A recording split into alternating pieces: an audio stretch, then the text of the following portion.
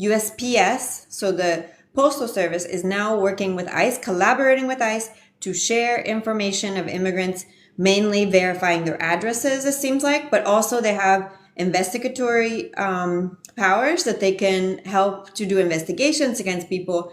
There's it seems that there was a task force set up with USPS to help look for undocumented immigrants, specifically criminal undocumented immigrants or those with deportation orders.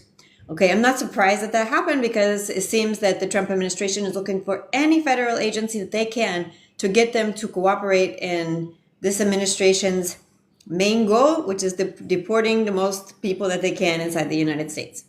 So the second thing I wanted to mention to you guys is that Trump did sign an executive order that truck drivers, right, those who are driving the big truck CDL drivers need to be proficient in English. So this is something that goes along with a previous executive order that he had previously already rolled out, which was basically promoting the English language. And the reason that they're saying that they're using this executive order is because that it's supposed to promote safety on the roads. Okay. Now, whether or not that's the case, because from my understanding, people can drive a truck and understand signs even if they're not fluent in English. That now we know that there's going to be more racism on the roads, that there will be police trying to stop specifically big trucks, and maybe they'll have, do good cause to stop them, or maybe they won't, and they'll be fishing to find out if they speak fluent English. Okay, so in addition to having proof of your immigration status, you should also try to work on your English if you're a truck driver. Okay, and let us know what you think about this law.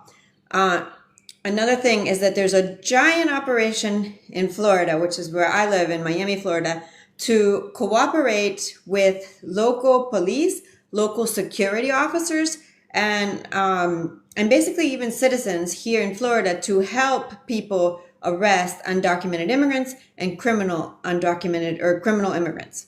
Okay, so supposedly the largest cooperation in history, and it's happened here recently in Florida. They made over 1,120 arrests, and obviously ICE is very proud of that. But just to let you know that right now it's a kind of a dangerous time to be in Florida. If you're not here yet, maybe stay wherever else you are, because people are getting detained left and right. We're getting our phones are ringing off the hook with people who are detained.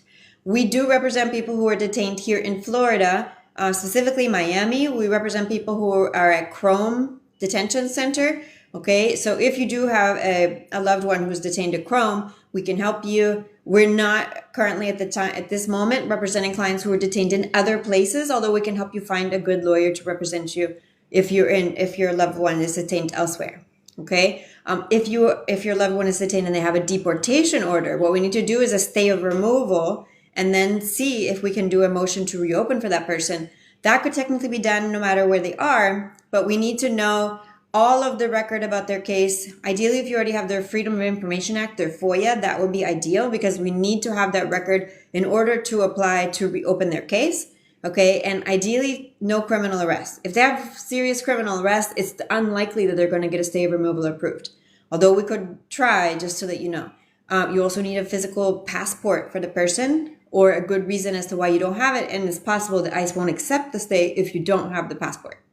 Okay. Another thing I forgot to mention previously, U.S. citizen children are being deported along with their parents. It's against the Constitution to do that, but ICE is saying that they're doing that because it's the wishes of the parents and they didn't want to leave the children in foster care. Although we have heard of some situations, seems that they're doing both.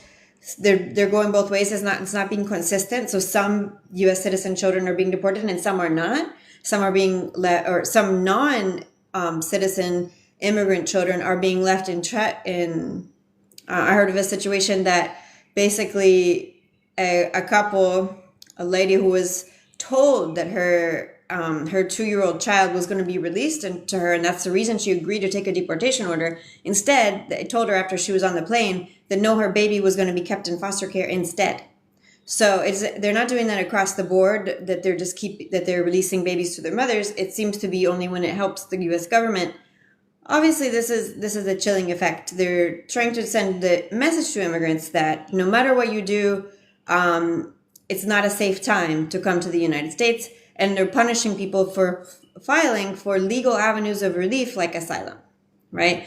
But trying to send a message people not to come here should understand this is what the government is trying to do. They're doing things that are not legal, of course they are, but they know that there's a chilling effect that is happening because of it.